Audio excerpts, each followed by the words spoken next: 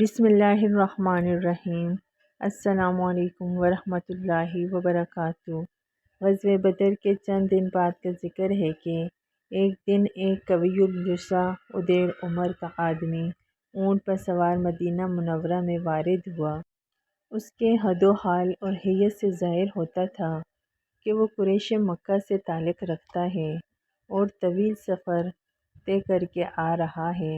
اس نے گلے میں تلوار لٹکا رکھی تھی اور سیدھا مسجد نبی کی طرف بڑھ رہا تھا، جہاں سرور عالم صلی اللہ علیہ وآلہ وسلم اپنے چند جانثاروں کے درمیان رونق افروز تھے۔ نووارد مسافر مسجد نبی کے سامنے پہنچ کر رک گیا اور اپنی سواری کا اونٹ باندھ کر چاہتا تھا کہ مسجد نبی کے اندر داخل ہو۔ اتفاق سے حضرت عمر فاروق رضی اللہ تعالیٰ عنہ بھی بارگاہ رسالت میں حاضر تھے۔ ان کی نظر اس شخص پر پڑی تو وہ پکار اٹھے، اوہو، یہ تو اسلام کا بدترین دشمن عمیر بن وہب ہے۔ اس کی یہاں آمد کسی علت سے خالی نہیں۔ یہ کہہ کر وہ عمیر پر باز کی طرح جھپٹے۔ نہایت پھرتی سے ایک ہاتھ اس کی تلوار کے قبضے پر رکھا اور دوسرے ہاتھ سے اس کا گلا دبا کر پوچھنے لگے، او دشمن خدا، تو مکہ سے یہاں کس غرض سے آیا ہے؟ عمیر نے ان کو جواب دیا، میں اپنے بیٹے کو چھڑانے آیا ہوں، جو مسلمانوں کے ہاتھ جنگ بدر میں اسیر ہو گیا تھا۔ حضرت عمر رضی اللہ تعالیٰ عنہ کو اس کی بات پر یقین نہ آیا اور وہ اس کو کھینچتے ہوئے سرور عالم صلی اللہ علیہ وآلہ وسلم کے پاس لے گئے۔ حضور صلی اللہ علیہ وآلہ وسلم نے حضرت عمر رضی اللہ تعالیٰ عنہ سے فرمایا، عمر، اس کو چھوڑ دو۔ انہوں نے تعمیر ارشاد کی۔ اب عمیر اور سرور عالم صلی اللہ علیہ وآلہ وسلم کے درمیان یہ مکالمہ ہوا۔ عمیر نے کہا، صبح بخیر۔ یہ زمانہ جاہلیت میں عربوں کا سلام تھا۔ رسول اللہ صلی اللہ علیہ وآلہ وسلم نے فرمایا، عمیر، اللہ تعالیٰ نے ہمیں تم سے بہتر سلام کا طریقہ بتا کر ہمیں عزت بخشی ہے۔ ہم السلام علیکم کہتے ہیں اور یہ اہل جنت کا سلام ہے۔ عمیر نے کہا، آپ کا سلام ہمارے سلام سے کوئی زیادہ مختلف تو نہیں، لیکن آپ اپنے مشن میں نئے ہیں۔ رسول اکرم صلی اللہ علیہ وآلہ وسلم نے ارشاد فرمایا، کس ارادے سے آئے ہو؟ عمیر نے کہا، اپنے بیٹے کی خبر لینے آیا ہوں جو آپ کی قید میں ہے، اور پھر آپ سے ہماری قرابت داری بھی تو ہے۔ رسول اکرم صلی اللہ علیہ وآلہ وسلم نے فرمایا، گلے میں تلوار کیوں حمائل کر رکھی ہے؟ عمیر نے کہا، خدا ان تلواروں کو غارت کرے، انہوں نے بدر میں آپ کا کیا بگاڑ لیا؟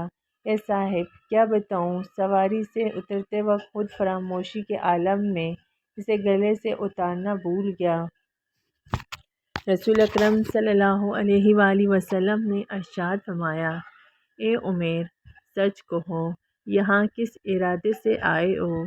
مکہ میں صفوان بن امیہ سے حجر میں کیا طے ہوا تھا؟ عمیر نے گھبرا کر کہا، صفوان سے کیا طے ہوا تھا؟ آپ جو ایسا فرما رہے ہیں تو آپ ہی بتائیے۔ رسول اکرم صلی اللہ علیہ وآلہ وسلم نے ارشاد فرمایا، صفوان اور تمہارے درمیان یہ طے پایا تھا کہ تم مجھے قتل کر دو تو وہ تمہارا قرض بھی ادا کرے گا اور تمہارے اہل و عیال کی تعزیت کفالت بھی کرے گا۔ اے عمیر، تم کب ٹلنے والے تھے؟ یہ تو اللہ تعالیٰ ہے جس نے تمہارے شر سے مجھے محفوظ رکھا۔ عمیر نے کہا، اے محمد صلی اللہ علیہ وآلہ وسلم، میں گواہی دیتا ہوں کہ آپ اللہ کے رسول ہیں اور اللہ کے سوا کوئی معبود نہیں۔ یا رسول اللہ، یہ ہماری حماقت تھی کہ ہم آسمانی خبروں وحی کے متعلق آپ کو ہمیشہ جھٹلاتے رہے۔ میرے اور صفوان کے سوا کسی کو اس راز کا علم نہ تھا۔ اگر آپ پر وحی صادق کا نزول نہ ہوتا تو آپ کو اس راز کی خبر کیسے ہو سکتی تھی؟ عمیر رضی اللہ تعالیٰ عنہ کے قبول اسلام پر سرور عالم صلی اللہ علیہ وآلہ وسلم مسرور ہوئے اور آپ نے صحابہ اکرام رضی اللہ تعالیٰ عنہ کو حکم دیا کہ اپنے بھائی کو آرام پہنچاؤ اور ان کا قیدی رہا کر دو۔ چنانچہ ان کے فرزند واہب کو بغیر فدیہ کے چھوڑ دیا گیا۔ حضرت عمیر رضی اللہ تعالیٰ عنہ مدینہ ہی میں ٹھہر گئے اور حضور صلی اللہ علیہ وآلہ وسلم کے ارشاد کے مطابق قرآن مجید کی تعلیم حاصل کرنے لگے۔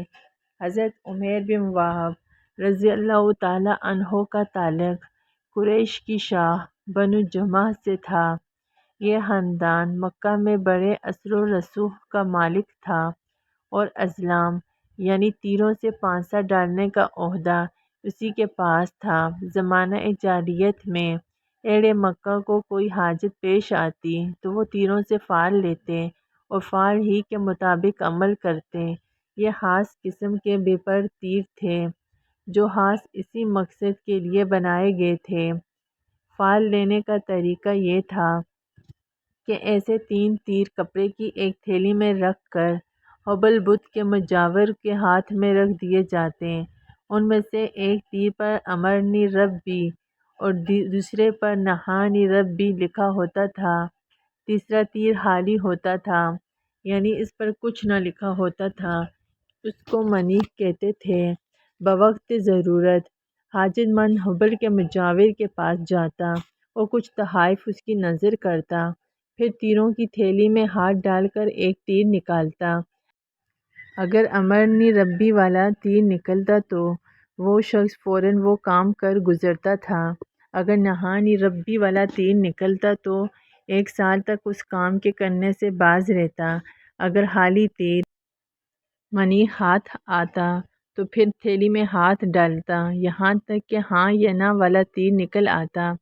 حضرت عمیر رضی اللہ تعالیٰ عنہ کا چچا امیہ بن خلف ازلام کا محتشم تھا اور بہت مالدار آدمی تھا، لیکن عمیر رضی اللہ تعالیٰ عنہ کی مالی حالت کمزور تھی۔ اس کی کمی ان کی شجاعت اور بے خوفی نے پوری کر دی تھی اور وہ قریش کے نامی بہادروں میں شمار ہوتے تھے۔ حضرت عمیر رضی اللہ تعالیٰ عنہ کی کنیت ابو امیہ تھی۔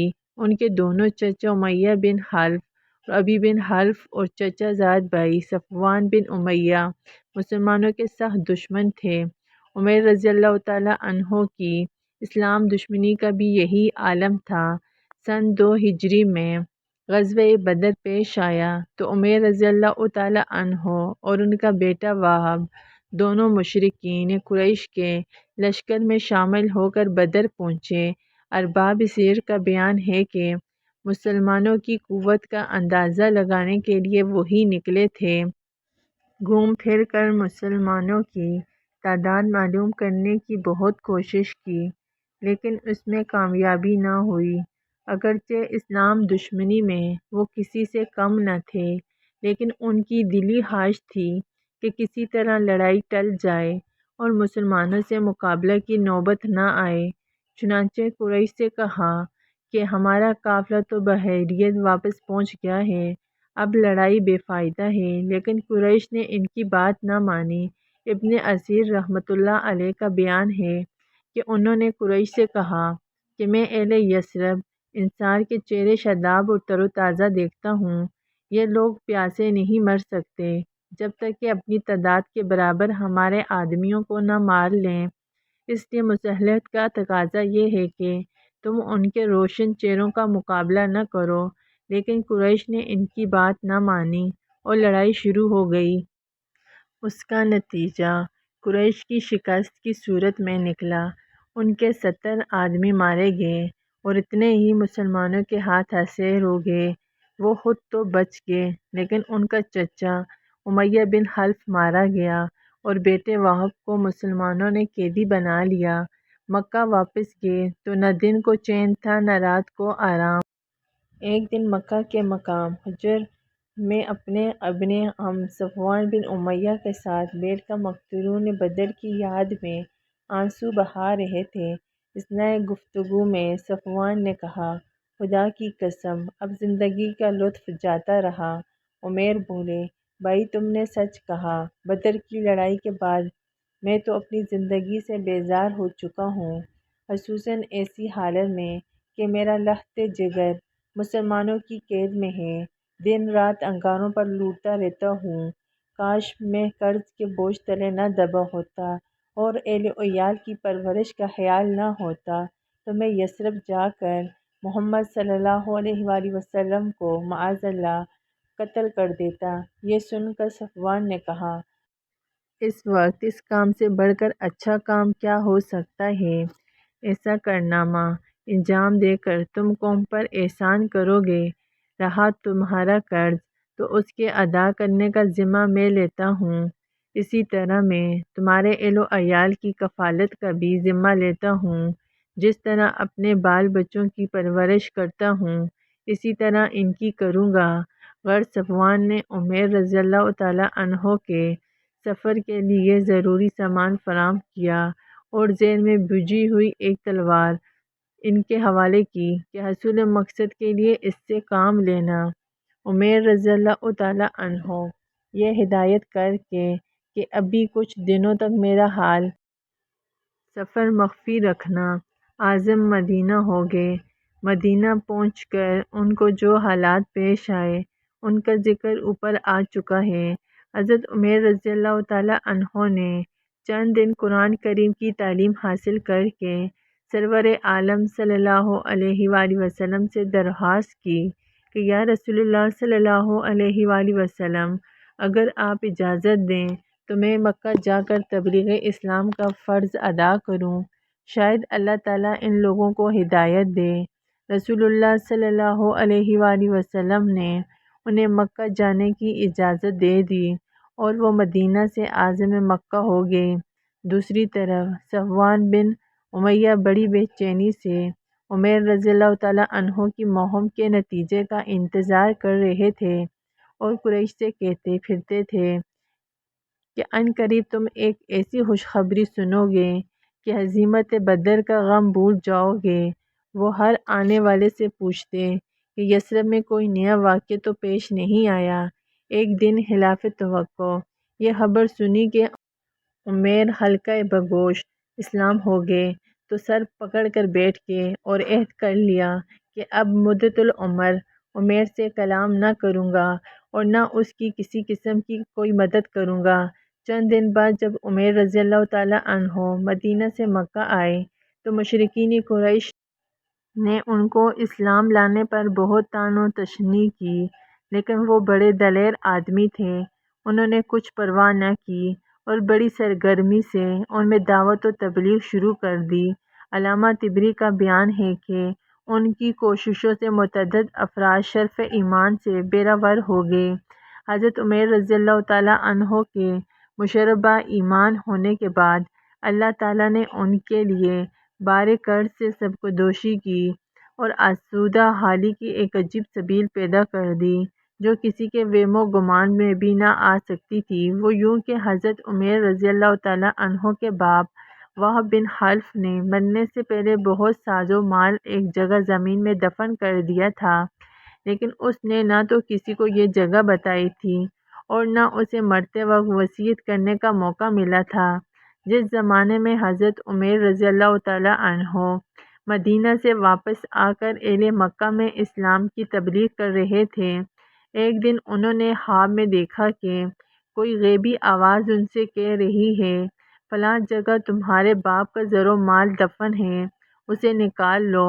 انہوں نے بیدار ہو کر اس جگہ کو کھودا تو وہاں سے انہیں 10,000 درہم اور سونے کے کچھ ٹکڑے ملے۔ وہ اس غیبی امداد پر خدا کا شکر بجا لائے، فوراً اپنا قرض ادا کیا اور آسودہ حالی میں اپنا وقت گزارنے لگے۔ چونکہ یہ واقعہ ان کے قبول اسلام کے فوراً بعد رونما ہوا، ایک دن ان کی کم سن بچی کہنے لگی، ابا جان، ہمارا یہ رب تو بہت اچھا ہے، یہ حبل اور عزیٰ سے تو کہیں بہتر ہے۔ ابھی ہم نے چند ہی روز سے اس کی بندگی شروع کی تھی کہ اس نے ہم کو اتنی بڑی دولت عطا کر دی، حبل اور عزیٰ نے ہمیں کبھی کچھ نہ دیا تھا۔ مکہ میں چند ماہ قیام کے بعد حضرت عمیر رضی اللہ تعالیٰ عنہ ہجرت کر کے مدینہ منورہ چلے گئے اور وہیں مستقل سکونت اختیار کر لی۔ حضرت عمیر بن وہب رضی اللہ تعالیٰ عنہ نے حضرت عمر رضی اللہ تعالیٰ عنہ کے دور خلافت کے آخر میں وفات پائی۔ اللہ تعالیٰ کی ان پر بے شمار رحمتیں نازل ہوں، آمین۔ یا رب العالمین۔